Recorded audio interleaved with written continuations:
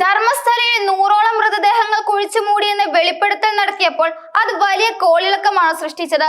എന്നാൽ ഈ വെളിപ്പെടുത്തൽ വ്യാജമാണെന്ന് പിന്നീട് പ്രത്യേക അന്വേഷണ സംഘം കണ്ടെത്തുകയും ചിന്നയ്യയെ അറസ്റ്റ് ചെയ്യുകയും ചെയ്തിരുന്നു. തെറ്റായ വിവരങ്ങൾ നൽകി കബളിപ്പിച്ചതിനും വ്യാജ തെളിവുകൾ ഹാജരാക്കിയതിനുമാണ് SIT ചിന്നയ്യയെ അറസ്റ്റ് ചെയ്തത്. ഈ സംഭവ വികാസങ്ങൾക്ക് പിന്നാലെയാണ് ഇയാളുടെ മുൻ ഭാര്യ രത്നമ്മ വിവിധ ആരോപണങ്ങളുമായി രംഗത്തെത്തിയിരിക്കുന്നത്.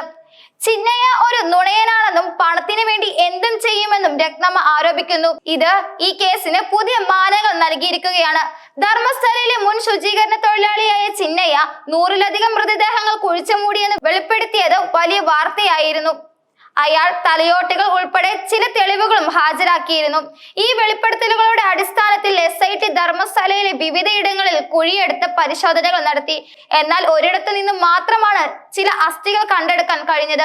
ഇത് പുരുഷന്റേതാണെന്നാണ് പ്രാഥമിക നിഗമനം. ചിന്നയ്യ ഹാജരാക്കിയ തലയോട്ടി ഉൾപ്പെടെയുള്ള തെളിവുകൾ വ്യാജമാണെന്ന് SIT നടത്തിയ അന്വേഷണത്തിൽ കണ്ടെത്തി. തുടർന്ന് തെറ്റായ വിവരങ്ങൾ നൽകി കബളിപ്പിച്ചതിനും വ്യാജ തെളിവുകൾ ഹാജരാക്കിയതിനും ചിന്നയ്യയെ അറസ്റ്റ് ചെയ്യുകയായിരുന്നു. ദിവസങ്ങളോളം നീണ്ട ചോദ്യം ചെയ്യലിനൊടുവിലാണ് ഈ അറസ്റ്റ് നടന്നത്. ധർമ്മസ്ഥലയുമായി ബന്ധപ്പെട്ട് വർഷങ്ങളായി നിലനിന്നിരുന്ന ദുരൂഹതകൾക്ക് ഈ വെളിപ്പെടുത്തൽ ഒരു പരിഹാരമാകുമെന്ന് കരുതിയവർക്ക് ഇത് തിരിച്ചടിയായി. ചിന്നയ്യ അറസ്റ്റിലായതിന് പിന്നാലെ ഇയാളുടെ മുൻ ഭാര്യ രത്നമ്മ ഗുരുതര ആരോപണങ്ങളുമായിട്ടാണ് രംഗത്തെത്തിയത്.